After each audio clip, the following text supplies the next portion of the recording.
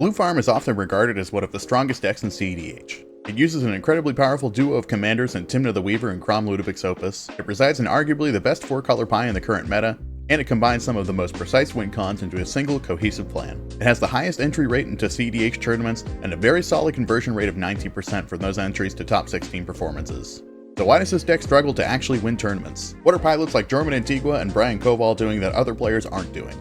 The secret is that it's not a specific set of cards that they're playing, but it's how they play their decks. The biggest mistake that people still make when piloting Tymna Crom is treating it like a Turbo Storm deck, instead of treating it like what it really is, a control deck that splashes Storm cards. Blue Farm is an archetype that has existed almost as long as Tymna and Crom have been around. The deck has taken many different forms over the years, but in its original state, Blue Farm looked a lot more like a Grixis Turbo Nas deck than the builds we see today. Blue Farm frequently ran all of the Wheel of Fortune effects, Ad Nauseam and Peer into the Abyss, and even cards like Culling the Weak, Infernal Plunge, and Rain of Filth. All cards that trade stability for intense bursts of either mana or card advantage. This isn't an inherently incorrect build of this deck, but rather it reflects where the meta used to be. Blue Farm was seen as a Grixis deck that splashed white for cards like Silence, Grand Abolisher, and Savine's Reclamation. The best cards in the Sans green color pie positioned the deck in a way where the greatest reward for using that color pie was creating an explosive amount of mana or card advantage, and betting that your card quality was so much higher than your opponents that you would win the game. But through the years with new set releases, the different individual colors in Blue Farm have received massive upgrades. Particularly in white, we've gotten cards like Ranger Captain of Eos, Esper Sentinel, and Drannith Magistrate. In black, we've gotten Opposition Agent, Orcish Bowmasters, and Wishclaw Talisman. Blue has gotten a huge number of defensive upgrades like Force of Negation, Dress Down, and March of Swirling Mist. And red has received fewer upgrades, which mostly consist of Ragavan, which is still a very valuable Tymna attacker. A lot of these cards share a similar trait, one that differentiates them from earlier conceptions of what a Blue Farm deck should look and act like. These cards play towards building advantage on the board. We've gone from a deck that primarily wanted to act quickly and fight on the stack with its best Grixis Storm spells that splash white to silence before a win, to now playing an Esper control deck that splashes red for Dockside Extortionist and Underworld Breach.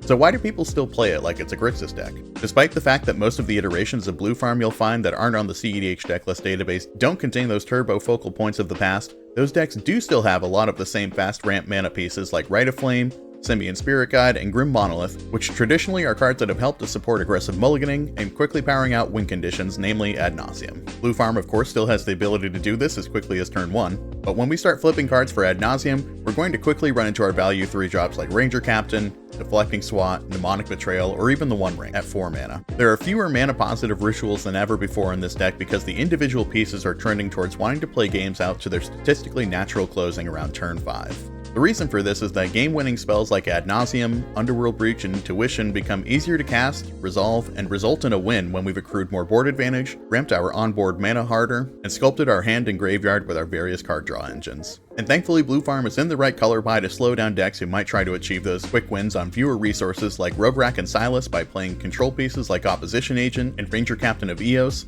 cards that sit on the battlefield and act not only as a control piece, but card advantage. If your Roguerack Silas opponent casts an Ad Nauseam and you casted a spell, you've put yourself and your opponent down 1 card, but your other 2 opponents who have spent no resources are now up a card in their hand. But instead, if we resolve Ranger Captain of Eos, we've stopped not only the Roguerack Silas player from casting Ad Nauseam until they can remove Ranger Captain and protect their spell, but we're also slowing down our opponents, and we're setting up a possible silence on our own turn. Just by casting a single 3-drop creature, we've stopped our opponents from winning, tutored a 1-drop creature to our hand to make it card neutral, and in the best case scenario, we've done all of this plus protecting our win. For a higher investment in mana cost, we've brought ourselves multiple cards of virtual advantage by not having to cast different individual counterspells. This is obviously an enticing exchange of mana for effects, but the real beauty of these cards is how seamlessly it fits into Tymna Crom's game plan. Tymna and Crom is a deck that wants to play board control and end the game with a combo. Control and combo decks have the same needs. They need to acquire mana and maintain card advantage, while turbo decks need to rely heavily on advantage engines like Wheel of Fortune effects or Ad Nauseam.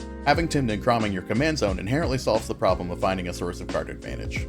Ramping with permanent sources like Soul Ring and Talisman help us towards our win con, like casting Ad Nauseam with protection, or getting up to 8 mana to construct an Intuition line, but we can also turn that mana advantage into card advantage with our commanders. Our various powerful creatures between 1 and 3 mana act as sources of advantage like Esper Sentinel or Lotho Corrupt Sheriff, or they act as board control pieces like Opposition Agent or Drannith Magistrate, combined with the fact that they become grinding engines with Tymna. So now not only are we accruing virtual card advantage by playing control pieces that keep cards in our opponent's hand and off the stack, We're also gaining literal card advantage by using Tymna's ability to draw while we sculpt the perfect unstoppable combo turn. A few short bursts of ritual spells left in the deck like Dark Ritual or Mana Vault can help you land those early combo engines, but rather than relying on those engines for advantage, Tymna and Chrom get to use these fast rituals as optional pivot points while mulliganing.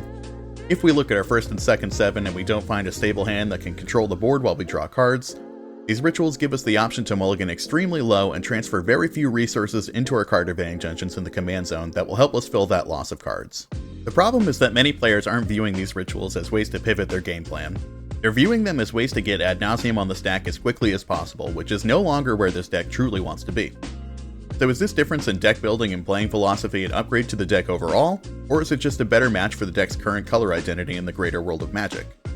From looking at the numbers of entries versus wins in cEDH tournaments, Blue Farm seems to be incredibly popular, and as the number of entries go up, it's natural to see the average conversion rate to be a little bit lower than decks with fewer entries and the same amount of conversions. But if Blue Farm is so popular because it's supposedly the most powerful, why isn't it winning more tournaments? I think it comes from cEDH players being slow to adapt to new metas because they have less experience doing so. It was no mystery to me why a veteran player as highly skilled as Brian Koval could come to his first ever cEDH tournament and win it with Blue Farm. The first reason was obviously because he credited me with helping him to learn his cEDH mulligans. But the second and maybe even more important reason is that Brian came to the meta, studied what the strongest cards were and how they worked, and he adapted his version of Blue Farm accordingly. He comes from a world of competitive Magic where there are no sacred cows. He knows that adapting, experimenting, and making educated assessments help him to choose the best deck in whatever competitive environment he's in. He correctly recognized that the best cards in this 4-color pie were control cards. He cut turbo cards from his list like the multiple wheel effects, Peer into the Abyss, and Pact of Negation, all cards that would have been labeled as auto-includes by almost any player at the time. He adapted his list for the meta that he correctly expected to be largely Winota and Rograk Silas decks, and he added cards like Fire Covenant and Lavinia Azorius Renegade to make sure that he could beat them. He didn't accept that the old guard and traditional ways of thinking about and piloting Tymna Chrom were perfectly correct, and he adapted his game plan to meet Blue Farm where the best version of the deck currently is. Blue Farm is a deck that's facing something of an identity crisis, but it's not for the lack of extremely powerful cards and synergies to pay off playing these two premier commanders. It's because the majority of players who pick up this deck are using outdated mentalities about its purpose at the table, they prioritize the wrong pieces in their deck, and they're using the wrong cards to cast them. It's time to stop thinking about Blue Farm as a Grixis ad nauseam deck and start to think about it as an Esper Intuition deck that splashes red for Dockside Extortionist and Underworld Breach. Adapt or perish, now as ever, is nature's inexorable imperative. H.G. Wells. Thanks for watching, everybody. Be good to yourselves and be good to your neighbors. We'll see you next time. One more big thank you to Wizards of the Coast for sponsoring this video. If you want to play Blue Farm the right way, use the link in the video description to pre-order Lost Caverns of Ixalan and open up the latest Control All-Star Dauntless Dismantler in your box.